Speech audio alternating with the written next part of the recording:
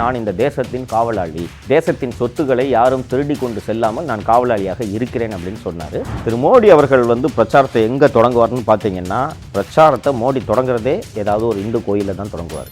BJP அமைப்பை சேர்ந்தவர்கள், BJP கட்சியை சேர்ந்தவர்கள் இந்துத்துவவாதிகள், அவர்கள் இந்துக்கள் அல்ல, ஆனால் நாங்கள் இந்துக்கள், இந்துத்துவவாதிகள் அல்ல அப்படின்னு அவர் அதை என்ன சொல்றாருன்னா, இந்து மதம் பிற மதங்களை பழிக்க சொல்லவில்லை, இந்து மதம் பிற மதங்களை விட இந்து மதம் உயர்ந்தது என்று சொல்லவில்லை, பிற மதத்தை சேர்ந்தவனாக இருக்கிறான் என்ற காரணத்தால் அவனை அடித்து கொலை செய்ய சொல்லவில்லை. இந்து மதம் உயர்ந்த பண்பாடு உடையது, இதனால் தான் ஆயிரக்கணக்கான ஆண்டுகளை கடந்து இந்து மதம் இன்றும் உயிர்ப்போடு இருக்கிறது. அவர்கள் இந்து மதத்துக்கும் சேர்த்து துரோகம் செய்கிறார்கள். இதன் காரணமாக தான் பிற மதத்தை சேர்ந்தவர்களை அடிப்பதை, வன்முறையை பிரயோகிப்பதை அவர்கள் துளியும் தயக்கமின்றி செய்கிறார்கள். பிஜேபி விரித்த வலையில் ராகுல் காந்தி விழுந்து விட்டார். அவரும் மதவாத அரசியலை கையில். சமீபத்தில் இரு நாட்களுக்கு முன்பாக ஒரு பிரச்சார கூட்டத்தில் பேசிய காங்கிரஸ் கட்சியைச் சேர்ந்த திரு ராகுல் காந்தி அவர்கள் ஒரு புதிய கண்ணோட்டத்தில் தனது உரையை நிகழ்த்தினார் என்று தான் நாம் பார்க்க வேண்டும். அவர் அந்த கூட்டத்தில் பேசும்போது என்ன கூறுகிறார் என்றால், பிஜேபி அமைப்பை சேர்ந்தவர்கள், பிஜேபி கட்சியை சேர்ந்தவர்கள் இந்துத்துவவாதிகள், அவர்கள் இந்துக்கள் அல்ல, ஆனால் நாங்கள் இந்துக்கள், இந்துத்துவவாதிகள் அல்ல அப்படின்னு சொல்லிட்டு ஹிந்துயிசம்னா என்ன, ஹிந்துத்துவனா என்ன அப்படின்றத பற்றி கொஞ்சம் விரிவாக அவர் பேசினார். அவர் அதை என்ன சொல்கிறார்னா, இந்து மதம் பிற மதங்களை பழிக்க சொல்லவில்லை, இந்து மதம் பிற மதங்களை விட இந்து மதம் உயர்ந்தது என்று சொல்லவில்லை, பிற மதத்தை ஒருவன் பிற மதத்தை சேர்ந்தவனாக இருக்கிறான் என்ற காரணத்தால் அவனை அடித்து கொலை செய்ய சொல்லவில்லை. இந்து மதம் உயர்ந்த பண்பாடு உடையது, இதனால் தான் ஆயிரக்கணக்கான ஆண்டுகளை கடந்து இந்து மதம் இன்றும் உயிர்ப்போடு இருக்கிறது. நாங்கள் இதன் காரணமாக நாங்கள் இந்து மதத்தையும் நேசிக்கிறோம், பிற மதங்களைச் சேர்ந்த மனிதர்களையும் நாங்கள் நேசிக்கிறோம், இதனால் நாங்கள் இந்துக்களாக இருக்கிறோம். ஆனால் பிஜேபி கட்சியைச் சேர்ந்தவர்கள், வலதுசாரி கட்சி RSS அமைப்பை சேர்ந்தவர்கள் இந்துத்துவவாதிகள், அவர்கள் இந்து மதத்துக்கும் சேர்த்து துரோகம் செய்கிறார்கள். இதன் காரணமாக தான் பிற மதத்தை சேர்ந்தவர்களை அடிப்பதை, வன்முறையை பிரயோகிப்பதை அவர்கள் துளியும் தயக்கமின்றி செய்கிறார்கள். காந்தி இந்து, கோட்ஸே இந்துத்துவவாதி, இதுதான் வேறுபாடு அப்படின்ட்டு அந்த கூட்டத்தில் பேசியிருக்கிறார். ராகுல் காந்தி அவர்கள் பேசியதை ஒட்டி இது தொடர்ந்து பல்வேறு விவாதங்களை எழுப்பியிருக்கின்றன. ஒரு சில அரசியல் நோக்கர்கள் என்ன சொல்கிறார்கள் என்றால், பிஜேபி தான் மத அரசியல் பண்ணுதுன்னா அப்புறம் காங்கிரஸும் இப்படி மத அரசியலை கையில் எடுத்தால் என்ன பண்ணுறது அப்படின்ற குற்றச்சாட்டும் திரு காங்கிரஸை நோக்கி வீசப்படுகிறது. அண்டு இன்னும் சில பேர் என்ன சொல்கிறாங்கன்னா, பிஜேபி விரித்த வலையில் ராகுல் காந்தி விழுந்து விட்டார், அவரும் மதவாத அரசியலை கையில் எடுத்து விட்டார் அப்படின்லாம் சொல்கிறாங்க. இதை பாரபட்சம் இல்லாமல் ஒரு ஒரு இரு கண்ணோட்டங்களிலிருந்தும் இந்த இரு தரப்பு கூற்றுகளும் சரியானவையா அப்படின்றத நம்ம பார்ப்போம். 2019 மக்களவை தேர்தல் பிரச்சாரத்தை காங்கிரஸ் கட்சி மற்றும் அதன் கூட்டணி கட்சிகள் சார்பாக முன்னெடுத்து சென்றவர் திரு ராகுல் காந்தி என்பதை நாம் மறந்துவிடக்கூடாது. ராகுல் காந்தி அந்த 2019 தேர்தல் முடிவுகளுக்கு பிறகு தனது பதவியை ராஜினாமா செய்கையில் அவர் குறிப்பிட்டது, நான் எடுத்த முயற்சிகளுக்கு எனது கட்சியைச் சேர்ந்தவர்களே ஆதரவு அளிக்கவில்லை, தேர்தல் சமயத்தில் நான் தனியாக நின்றேன், எனக்கு யாரும் ஒத்துழைப்பு கொடுக்கவில்லை அப்படின்னு சொல்லிட்டு தான் திரு ராகுல் காந்தி அவர்கள் பதவியை ராஜினாமா செய்தார் அப்படின்றத நம்ம பார்த்தோம்.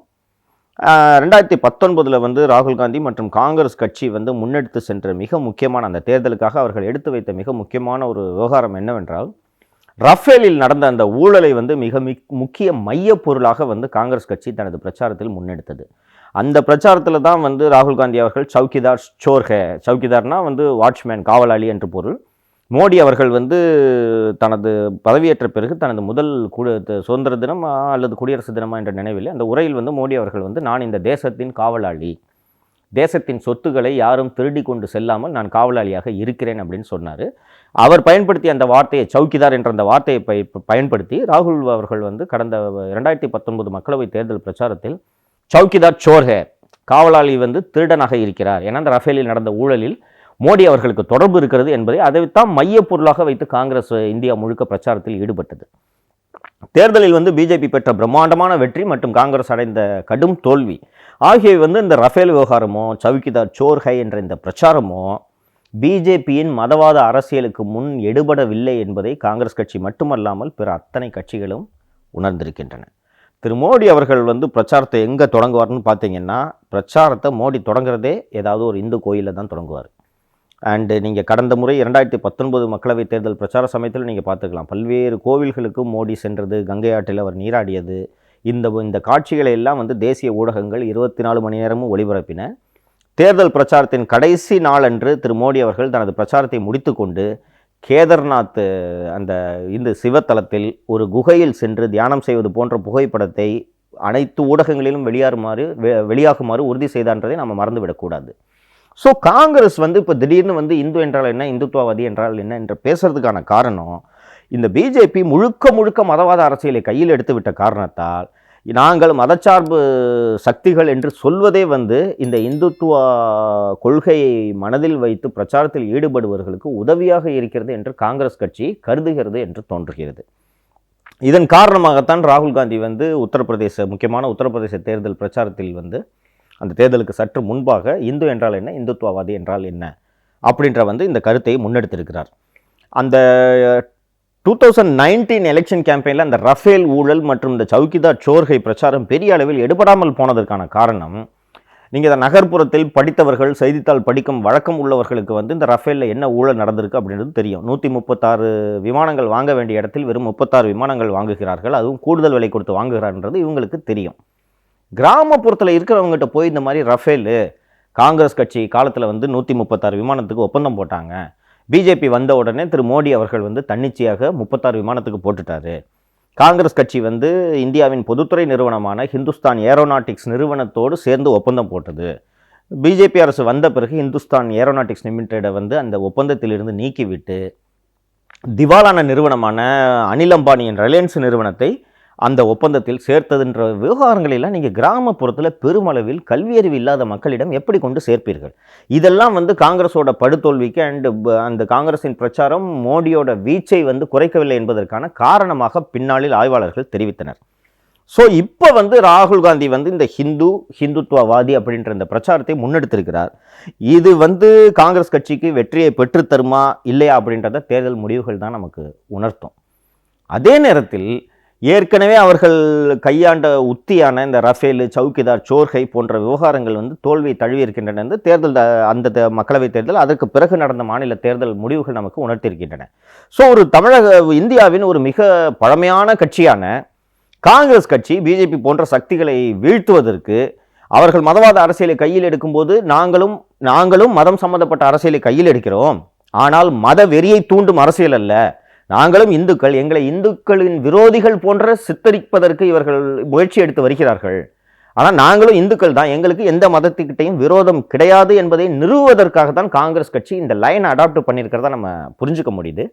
இது எந்த அளவுக்கு வெற்றிகரமாக இருக்கும் என்பது கிட்டத்தட்ட நம்ம ஒரு அளவுகோலாக பார்ப்பதற்கு உத்தரப்பிரதேச தேர்தல் முடிவுகளை வைத்தே நாம் இந்த காங்கிரஸ் கட்சியோட இந்த உத்தி வெற்றி பெற்றுச்சா இல்லையான்ற முடிவுக்கு நம்மளால் வர முடியும். ஆனால் இந்த ஸ்ட்ராட்டஜியை காங்கிரஸ் எடுக்கும்போது பிஜேபி எடுக்கக்கூடிய இந்த இந்துத்துவ ஸ்ட்ராட்டஜி வெற்றி பெற்றிருக்கிறதா அப்படின்ட்டு நம்ம பார்த்தோம்னா நிச்சயமாக வெற்றி பெற்றிருக்கிறது என்பதை நம்மளால் உறுதியாக சொல்ல முடியும். ஏன்னா இது இந்த இந்து மத அரசியல் என்பது, குறிப்பாக இந்து மத அரசியல் என்பது ஆர்எஸ்எஸ் தொடங்கப்பட்ட சாவர்கர் காலத்திலேயே இது புழக்கத்தில் இருந்தாலும் கூட முதல் முறையாக 2014க்கு பிறகுதான் பிரச்சாரம் என்றாலே அது மத சம்பந்தப்பட்ட பிரச்சாரம் என்பது அந்த பிரச்சாரத்தையே மாற்றியது பிஜேபி மற்றும் ஆர்எஸ்எஸ் அமைப்புகள் என்பதை நாம் மறந்துவிடக்கூடாது. 2014 மக்களவை தேர்தலுக்கு பிறகு இந்தியாவில் நடந்த அத்தனை தேர்தல்களையும் நீங்கள் எடுத்து பார்த்தீர்கள் என்றால் பிஜேபி இந்த மத அடையாளம், மதம் சம்பந்தப்பட்ட விவகாரங்கள், சிறுபான்மையினரை தாக்குவது, இதை மட்டுமே பிரச்சார உத்தியாக அவர்கள் கையாண்டு வந்திருக்கிறார்கள். இந்த பிரச்சார உத்தி அவர்களுக்கு வெற்றியை பெற்று தந்திருக்கிறதா என்று கேட்டீர்கள் என்றால் நிச்சயமாக வெற்றியை பெற்று தந்திருக்கிறது. ஸோ இந்த உத்தியை, பிஜேபியோட இந்த உத்தியை எப்படி கவுண்டர் பண்ணுறது அப்படின்ட்டு நீங்கள் பார்த்தீங்கன்னா, நாங்களும் இதையே நாங்கள் விளக்கி சொல்கிறோம், நீங்கள் செய்வது மதவெறி, நாங்கள் சொல்வது மத நல்லிணக்கம் என்ற அடிப்படையில் தான் காங்கிரஸ் 2024 தேர்தலை மனதில் வைத்து இப்படிப்பட்ட ஒரு மாற்று உத்தியை கையில் எடுத்திருக்கிறார்கள் என்று தான் ராகுல் காந்தியோட இந்த ஸ்பீச்சை நம்மளால் பார்க்க முடியுது. வரக்கூடிய நாட்களில் ராகுல் காந்தியோட இந்த ஸ்பீச்சை அடுத்த கட்டத்துக்கு இதர காங்கிரஸ் கட்சி தலைவர்களும் எடுத்து செல்கிறார்களா, அது எந்த அளவுக்கு களத்தில் பாதிப்பை ஏற்படுத்துகிறது, மக்களுக்கு இதன் காரணமாக ஒரு ஒரு ஒரு பிஜேபி செய்வதை புரிந்து கொண்டு மத வெறி என்பது ஆபத்து, அனைத்து மதங்களையும் சமமாக பாவித்து மத நல்லிணக்கத்தோடு இருப்பது தான் இந்தியா அமைதியாக வளர்வதற்கு உதவும் என்ற அடிப்படையில் மக்கள் நினைக்கிறார்களா, எந்த அளவுக்கு காங்கிரஸோட பிரச்சாரம் எடுபடுகிறது என்பதெல்லாம் வரக்கூடிய நாட்களில் தான் நமக்கு தெரியும். இங்கே நடக்கக்கூடிய அனைத்து அரசியல் டெவலப்மெண்ட்டுகளையும் உடனுக்குடன் நாம் எஸ்டிசி வேர்ல்டு நேயர்களுக்கு தவறாமல் தெரிவிப்போம்.